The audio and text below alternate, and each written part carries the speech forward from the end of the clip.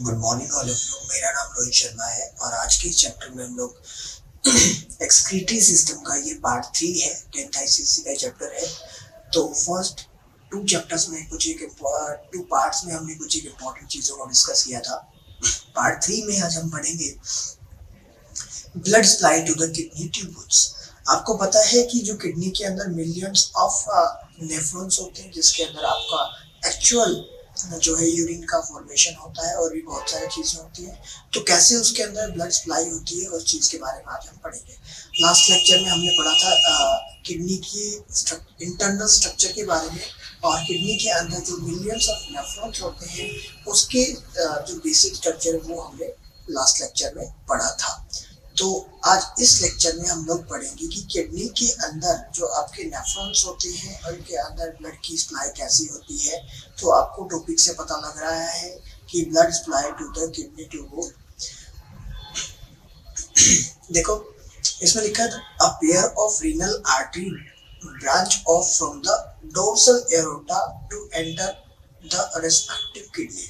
जब हमने urinary system पढ़ा था तो हमने पढ़ा था कि जो आपकी डोर्सल एरोटा है उससे आपका क्या ब्लड आता है किसके अंदर, किडनी के अंदर। कौन सप्लाई करता है उसको? रीनल आर्टरी से आपका ब्रांचिंग होती है और वो क्या होती है आपकी किडनी के अंदर एंटर करेगी और ब्लड की सप्लाई करती है किडनी को। ठीक है, डोर्सल एरोटा किसमें करना आपकी ब्रांचिंग होती है आपकी, उसको बोलेंगे रीनल आर्टरी। रीनल आर्टरी में फर्दर ब्रांचिंग होगी, उसको मैं बोलता हूँ आर्टेरियोल्स। उसको क्या बोलेंगे? Arterioles. Each such arteriole enters a Bowman capsule under the name of efferent arteriole। अब देखो, डोर्सल एरोटा की ब्रांचिंग हुई, उसको मैंने बोला रीनल आर्टरी। आर्टरी में फिर फर्दर ब्रांचिंग हुई, उसको मैंने बोला एफरेंट आर्टरियोल। ये जो एफरेंट आर्टरियोल है ये आपकी सप्लाई करती है ब्लड किसको? आपकी nephron. This efferent arteriole breaks into a number of capillary, number of capillary which form a knot-like mass glomerulus, closely fitting inside the Bowman capsule. The reuniting capillary of glomerulus from the efferent arteriole। ठीक है, ये देखो, ये आपकी क्या है? आपका ये है efferent arteriole। यहाँ से ये किस में एंटर करती है? आपकी बॉमन कैप्सूल में एंटर करती है। और ये जो नॉट लाइक बहुत सारी कैपिलरीज का जो नॉट लाइक मास है, इसको मैंने क्या बोला? इसको मैंने बोला ग्लोमेरुलस। क्या बोला इसको? ग्लोमेरुलस मैंने बोला। अब यहाँ से फिर इसकी ब्रांचिंग हुई। अब ये जो आपकी एफरेंट आर्टरियोल है जो ब्लड सप्लाई करती है, इसका जो डायमीटर होता है वो क्या होता है? वाइडर डायमीटर होता है। ठीक है, इसका ल्यूमन साइज क्या होता है? इंक्रीज होता है, बड़ा होता है। ये फिर आपका एफरेंट आर्टरियोल जो बाहर की तरफ निकलती है बॉमन कैप्सूल से, उसको क्या बोलते हैं? Afferent arteriole. इसका जो ल्यूमेन होता है वो क्या होता है? नैरो ल्यूमेन होता है। डायमीटर क्या होता है? कम होता है इसका। लिखा इसमें तो reuniting capillaries of glomerulus form a efferent arteriole away from the efferent arteriole after emerging from the Bowman capsule runs a short distance and breaks into secondary capillaries। अब ये जो है efferent arteriole, ये आगे जाके क्या होती है? इसमें फर्दर ब्रांचिंग होती है और ये भी क्या हो जाती है? सेकेंडरी कैपिलरी नेटवर्क में इसकी क्या होती है? ब्रांचिंग होती है। उसको क्या बोलते हैं? वेसा रेक्टा बोलते हैं। उसको क्या बोलेंगे? वेसा रेक्टा। तो ये जो आपको ब्लड कैपिलरीज दिख रही है, इनको मैं क्या बोलता हूँ? इनको मैं बोलता हूँ वेसा रेक्टा। क्या बोलता हूँ इनको? वेसा रेक्टा। Which surrounds the renal tubule rejoined to form a vein। ये क्या करती है? रीनल ट्यूबुल के चारों ओर है और क्या बनाती है? आपकी रीनल वेन की क्या करती है? रीनल वेन की फॉर्मेशन यहाँ से आपकी होती है। It ultimately forms renal vein which leaves the kidney at the median surface to pour into blood the posterior vena cava। इस लाइन का क्या मीनिंग है? देखिए, समझिए। The renal vein which leaves the kidney at the median surface to pour the blood into posterior vena cava। ठीक है, यहाँ से निकलेगी और इसका जो सारा ब्लड होगा वेन का, वो किस में आपका जाएगा? आपका वेना केवा में जाएगा। किस में जाएगा? आपका वेना केवा। वेना केवा उस इम्प्योर ब्लड को कहाँ लेके जाएगी? आपका हार्ट के पास लेके जाएगी। कहाँ लेके जाएगी? हार्ट के पास। इतनी चीजें आपको यहाँ पता होनी चाहिए, ठीक है। अगर आपको याद है कि ये जो हमने लास्ट लेक्चर में पढ़ा था किसका स्ट्रक्चर, ये है आपका नेफ्रॉन का स्ट्रक्चर।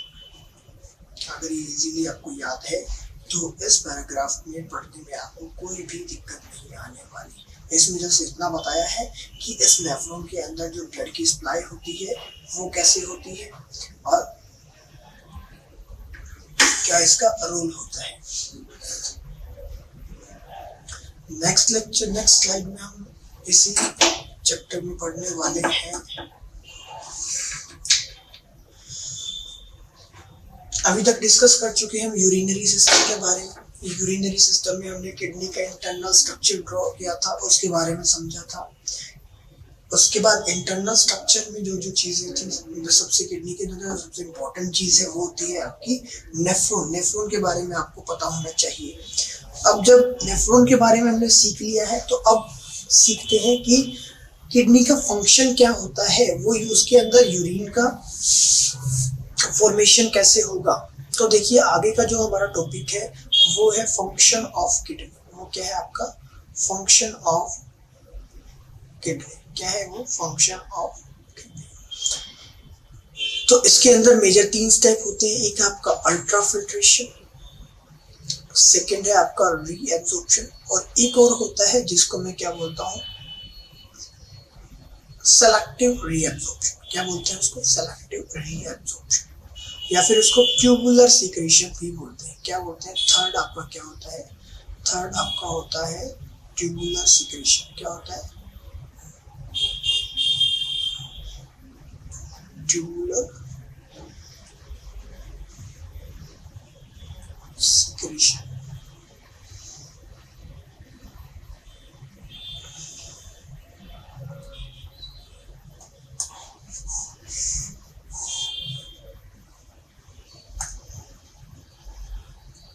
तो देखिए इसको करते हैं शुरू यहाँ से।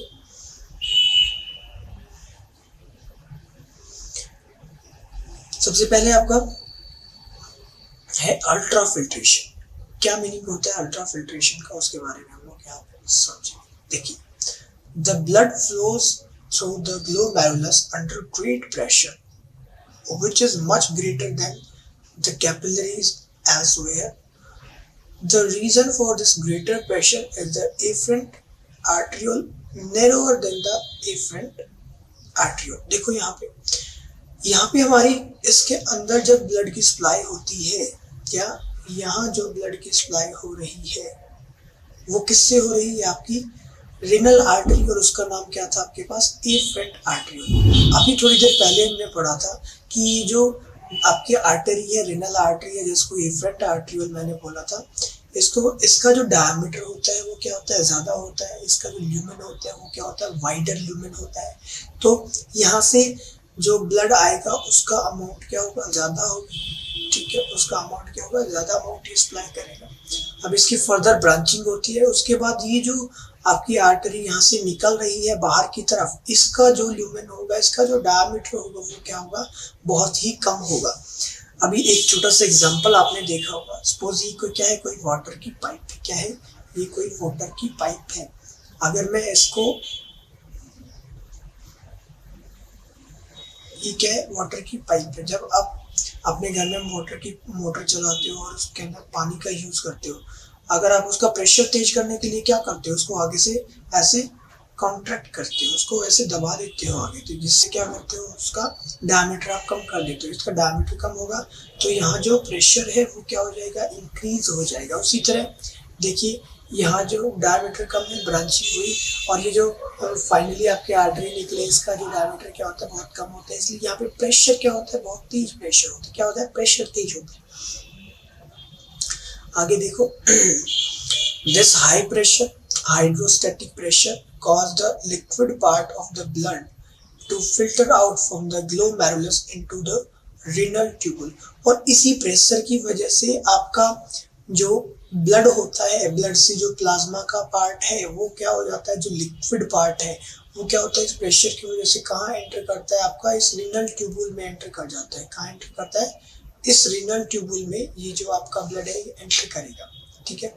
This filtration under the extra ordinary force is called ultra filtration, is called ultra filtration. ठीक है, यहाँ पे प्रेशर बहुत ज़्यादा था, उस प्रेशर के कारण क्या हो रहा है आपका, यहाँ पे फिल्ट्रेशन हो रही है, उसको मैंने क्या बोला, अल्ट्रा फिल्ट्रेशन बोलते हैं। क्या बोलता है, ultra filtration. During ultra filtration almost all the liquid part of the blood plasma along with most of its organic and inorganic substances like including urea, glucose, amino acids etc. ठीक है, इस जब ये फिल्ट्रेशन होता है तो क्या होता है आपका, most of the liquid part of blood, plasma तो आएगा ही आएगा, लिक्विड पार्ट जो होता है प्लाज्मा, उसके साथ क्या आता है, बहुत सारे ऑर्गेनिक और आपके इनऑर्गेनिक सब्सटेंसेस जैसे ग्लूकोज भी एंटर करता है, अमाइनो एसिड भी, और यूरिया भी क्या करता है, इस रीनल ट्यूबुल में आपका एंटर करेगा। अब जो लिक्विड आपका किसके आया है, इस रीनल ट्यूबुल के अंदर आया, comes out of the glomerulus as passes into the funnel shaped cavity of the Bowman capsule, है ना। अब ये फनल शेप्ड कैविटी इसके अंदर एंटर करेगा। The fluid entering the renal tubule is called the glomerulus, glomerular filtering. ठीक है, अब यहाँ जो ब्लड था, ब्लड से कुछ एक चीजें हाई प्रेशर के कारण कहाँ पे आपकी एंटर की, उन्होंने रीनल ट्यूबुल में एंटर किया। रीनल ट्यूबुल में एंटर होते ही मैंने उसको क्या बोल दिया, मैंने उसका बोला ग्लोमेरुलर फिल्ट्रेट। क्या बोला, ग्लोमेरुलर फिल्ट्रेट। आपके इस ग्लोमेरुलर फिल्ट्रेट में क्या क्या होंगे, यहाँ पे हो गया आपका, देखो वाटर होगा, यूरिया होगा, सॉल्ट्स होंगे, ग्लूकोज होगा और अदर प्लाज्मा सोल्यूट्स होंगे, और क्या होंगे, अदर प्लाज्मा सोल्यूट्स। ठीक है, the thicker part of blood left behind the glomerulus and ultra filtration lymph. ठीक है, अभी हमने पढ़ा कि यहाँ से क्या होता है, आपका ब्लड फिल्टर आउट होता है किसके अंदर, आपका रीनल ट्यूबुल के अंदर। अब देखो यहाँ ब्लड आ रहा है, ब्लड में बहुत सारी चीजें होती है, ब्लड के अंदर आपका फूड भी होता है, ब्लड के अंदर सेल्स भी होती है, प्लाज्मा भी होता है। तो यहाँ से कौन कौन सी चीजें यहाँ पे फिल्टर आउट होती है वो देखना है आपको। मोस्टली लिक्विड पार्ट क्या हो जाता है, यहाँ पे फिल्टर आउट होता है। उस लिक्विड पार्ट के साथ क्या होता है आपका, उसमें आपका ऑर्गेनिक इनऑर्गेनिक सब्सटेंसेस जैसे यूरिया, ग्लूकोज, अमाइनो एसिड्स, है ना, सॉल्ट्स बहुत सारे, और जो आपकी प्लाज्मा सोल्यूट्स होते हैं वो भी क्या होते हैं, आपके रीनल ट्यूबुल में एंटर करते हैं। और इसको हम क्या बोलते हैं, इसको हम बोलते हैं अल्ट्रा फिल्ट्रेशन। अल्ट्रा फिल्ट्रेशन का सीधा सा मतलब क्या होता है, फिल्ट्रेशन अंडर हाई प्रेशर। क्या, फिल्ट्रेशन अंडर हाई प्रेशर को मैं क्या बोलता हूँ, अल्ट्रा फिल्ट्रेशन बोलता हूँ। और ये जो फिल्ट्रेशन हुआ मैं उसको क्या बोलता हूँ, ग्लोमेरुलर फिल्ट्रेट बोलता हूँ। क्या बोलूंगा उसको, ग्लोमेरुलर फिल्ट्रेट। ना ही मैं उसको ब्लड बोल रहा, ना ही मैं उसको यूरिन बोल रहा, उसको क्या बोल रहा हूँ, ग्लोमेरुलर फिल्ट्रेट बोल रहा हूँ। अब देखिए आगे, two kinds of corpuscles protein and other molecules are carried forward through the efferent arteriole, thus blood proceeding away from glomerulus is relatively thick। ये क्या बोल रहा है, अब यहाँ से कुछ एक चीजें क्या होगी, इससे अंदर से निकल गई, जो कॉर्पसल्स थी या जो प्रोटीन थे, अदर लार्ज मॉलिक्यूल थे, वो कहाँ होते हैं, यहाँ से कहाँ आपके चले जाते हैं, वो किस में जाते हैं आपके, वो जाते हैं आपके इफरेंट आर्टरियोल में, है ना। तो इसीलिए बोला गया है blood proceeding away from the glomerulus is relatively thick. ये क्या ब्लड होता है, ये जो होता है थिक होता है। क्या होता है, थिक ब्लड होता है।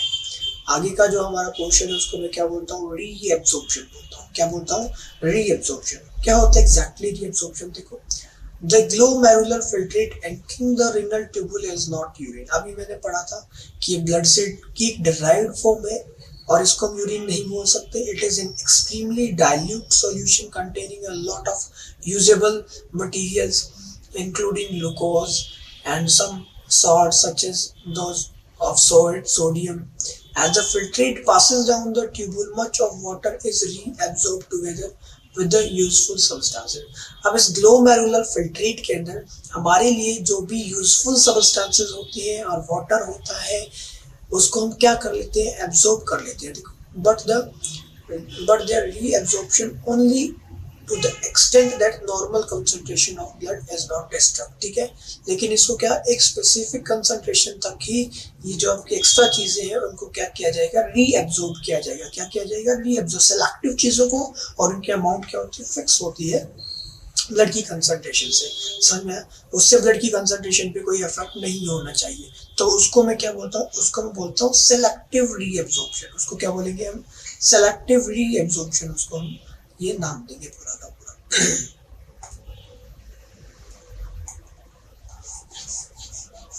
उसको हमने क्या बोला, सेलेक्टिव रीएब्जॉर्प्शन उसको हम बोलेंगे। नेक्स्ट है आपका, ये देखिए यहाँ आगे चलते हैं। और certain substances like potassium in the normal course and a large number of foreign chemicals including drugs like penicillium are passed into forming urine in the distal convoluted tubule. This passage involves the activity of cells tubular and hence called tubular secretion। हमने पढ़ा था कि urine की formation में 3 आपके step होते हैं। सबसे पहली स्टेज होती है वो होती है आपकी अल्ट्रा फिल्ट्रेशन, सेकंड होता है रीएब्जॉर्प्शन और थर्ड आपका होता है ट्यूबुलर सिक्रीशन। क्या होता है, ट्यूबुलर सिक्रीशन। अब बहुत सारे ऐसे सब्सटेंसेस होते हैं जैसे आपका पोटेशियम हो गया, बहुत सारे फॉरेन केमिकल्स हो गए जो ड्रग्स के थ्रू हम अपनी बॉडी में लाते हैं। वो क्या करता है, इनटू द फॉर्मिंग यूरिन, वो आपके डिस्टल कॉन्वोल्यूटेड, ये जो आपका जो कॉन्वोल्यूटेड रीजन है, इसको मैंने क्या बोला था, इसको हमने पढ़ा था कि ये क्या होता है आपका डिस्टल कॉन्वोल्यूटेड ट्यूबुल है। क्या है, डिस्टल कॉन्वोल्यूटेड ट्यूबुल है पूरी की पूरी। तो इसको मैं क्या बोलता हूँ, यहाँ से आपके ब्लड के अंदर जितने भी फॉरेन केमिकल्स होते हैं, पोटेशियम होता है, वो आपके यूरिन के अंदर क्या करेगा, एंटर करेगा, फिर फाइनली आपका यूरिन बनेगा, कोलेक्टिंग डक्ट में जाएगा और क्या बनेगा, आपकी यूरिन की फॉर्मेशन होगी। ये जो एक्टिविटी है, ये जो पैसेज है, यहाँ पे क्या होती है, बहुत सारी सेल्स इन्वॉल्व होते हैं जिसको मैं क्या बोलता हूँ, ट्यूबुलर वॉल होती है। क्या होती है, ट्यूबुलर वॉल की बहुत सारी सेल्स इस एक्टिविटी में क्या होती है, इन्वॉल्व होती है। तो इसको मैं क्या बोलता हूँ, इसीलिए इसको मैंने क्या बोला, ट्यूबुलर सिक्रीशन बोला। क्या बोला, ट्यूबुलर सिक्रीशन। क्यों बोला ट्यूबुलर, क्योंकि वहाँ जो ट्यूब है, वहाँ की जो ट्यूबुलर वॉल है, वहाँ की सेल्स इसमें क्या करते हैं, पार्टिसिपेट करते हैं। तो उसको क्या बोला मैंने, ट्यूबुलर सिक्रीशन बोला। क्या बोला, ट्यूबुलर सिक्रीशन। अब देखिए, the filtrate left after reabsorption in tubular secretion is called urine। अभी तक हमारा क्या था, यहाँ DCT तक जितना भी लिक्विड होगा उसको हम यूरिन नहीं बोल सकते कभी भी, है ना। जब आपका filtrate left after reabsorption and tubular secretion, ठीक है। यूरिन किसको बोलते हैं, देखिए अभी पढ़ा था कि 3 स्टेप होते हैं। क्या 3 स्टेप होते हैं, फर्स्ट होता था अल्ट्राफिल्ट्रेशन, सेकंड आपका रीअब्सॉर्प्शन और थर्ड है ट्यूबुलर सिक्रीशन। रीअब्सॉर्प्शन और ट्यूबुलर सिक्रीशन के बाद हमारा जो फिल्ट्रेट, जो रिमेनिंग फिल्ट्रेट है, उसको मैं क्या बोलता हूँ, उसको फाइनली हम क्या बोलते हैं, यूरिन बोलते हैं। क्या बोलते हैं फाइनली उसको, यूरिन वर्ड हम उसके लिए यूज करते हैं। अब जब ब्लड एंटर किया था किसके अंदर, आपका रीनल ट्यूबुल के अंदर, तो उसके अंदर बहुत सारे हमारे यूजफुल सब्सटेंसेस थे जिनको हम बॉडी से बाहर नहीं निकाल सकते। तो हमने क्या किया, उनको रीएब्सॉर्ब किया और फिर वहां से ये पूरा का पूरा प्रोसेस आगे चला और आपके रिमेनिंग जो 2 प्रोसेस थे वो भी कंप्लीट हुए। कौन कौन से, रीएब्सॉर्प्शन और ट्यूबुलर सिक्रीशन। इन 2 प्रोसेस के बाद कोलेक्टिंग डक्ट में जो आपका फिल्ट्रेट यहाँ कोलेक्ट होगा उसको मैं क्या बोलूँगा, उसको यूरिन बोलूँगा। ये यूरिन फिर फाइनली किस में जाएगा, आपका यूरेटर के थ्रू आपका यूरिनरी ब्लैडर में पूरा का पूरा कोलेक्ट होगा और यूरेथ्रा के थ्रू हम इसको अपनी बॉडी से क्या करेंगे, बाहर की तरफ पास आउट करेंगे। तो इसको क्या बोलते हैं, इस तरह से आपकी क्या होती है, आपकी किडनी के अंदर जो नेफ्रॉन्स होते हैं वो आपकी हेल्प करते हैं आपकी नाइट्रोजनस वेस्ट को आपकी बॉडी से बाहर करने में। नाइट्रोजनस वेस्ट हमारे किस फॉर्म में बाहर होता है, यूरिया के फॉर्म में बाहर होता है। हमने फर्स्ट लेक्चर के अंदर पढ़ा था कि आपका जो नाइट्रोजनस वेस्ट होते हैं उसकी 3 टॉक्सिक फॉर्म होती है। एक होता है अमोनिया जो सबसे हाईली टॉक्सिक फॉर्म है, उसको बॉडी से अगर रिमूव करना है तो मुझे बहुत ज़्यादा अमाउंट ऑफ वाटर की नीड होगी। उससे लीस्ट टॉक्सिक होता है आपका यूरिया। इसको भी अगर बॉडी से एलिमिनेट करना है, बाहर करना है, तो किसकी नीड होगी, वाटर की नीड होगी। लेकिन कंपैरेटिवली कम वाटर में हम इसको क्या कर सकते हैं, बॉडी से बाहर कर सकते हैं। जो सबसे लीस्ट टॉक्सिक होता है वो होता है आपका यूरिक एसिड, जिसमें किसमें होता है, ये होता है आपका एव्स के अंदर होता है। जो अमोनिया को बाहर निकालते हैं अपनी बॉडी से उसको अमोनोटैलिक बोला था, ये प्रोसेस अमोनोटैलिज्म होता है। जो यूरिया को अपनी नाइट्रोजनस वेस्ट की फॉर्म में बाहर निकालते हैं, उसको यूरिकोटैलिक ऑर्गेनिज्म बोलते हैं। और उस प्रोसेस को हम क्या बोलेंगे, यूरियोटैलिज्म। क्या बोलेंगे उसको, यूरियोटैलिज्म। और फाइनली हमारा यूरिक एसिड, जो लिविंग ऑर्गेनिज्म यूरिक एसिड के फॉर्म में नाइट्रोजनस वेस्ट को बाहर निकालते हैं, उसको हम बोलते हैं यूरिकोटैलिक ऑर्गेनिज्म। और इस प्रोसेस को बोल देंगे यूरिकोटैलिज्म। क्या बोलेंगे इसको, यूरिकोटैलिज्म। तो इस चैप्टर में, इस लेक्चर में हमने कुछ एक इम्पोर्टेंट चीजें डिस्कस की है ना। सबसे पहले हमने पढ़ा ब्लड सप्लाई के बारे में, उसके बाद अल्ट्राफिल्ट्रेशन और रीअब्जॉर्प्शन और ट्यूबुलर सीक्रेशन के बारे में हमने पढ़ा। इस चैप्टर में एक दो चीज और भी इम्पोर्टेंट चीज है, उसको हम नेक्स्ट वीडियो में डिस्कस करेंगे। इसको तब तक रिवाइज करते रहना है बार बार। और ये जो इम्पोर्टेंट स्ट्रक्चर्स है आपको अपनी कॉपी में एक बार ड्रॉ करके देखने हैं। किडनी का इंटरनल स्ट्रक्चर, नेफ्रॉन का स्ट्रक्चर, और उसकी लेबलिंग क्या होनी चाहिए, प्रॉपर होनी चाहिए। उसके बाद आपको जो आगे का जो प्रोसेस है वो हम नेक्स्ट वीडियो में क्या करेंगे, कवर करेंगे। Okay, thank you very much.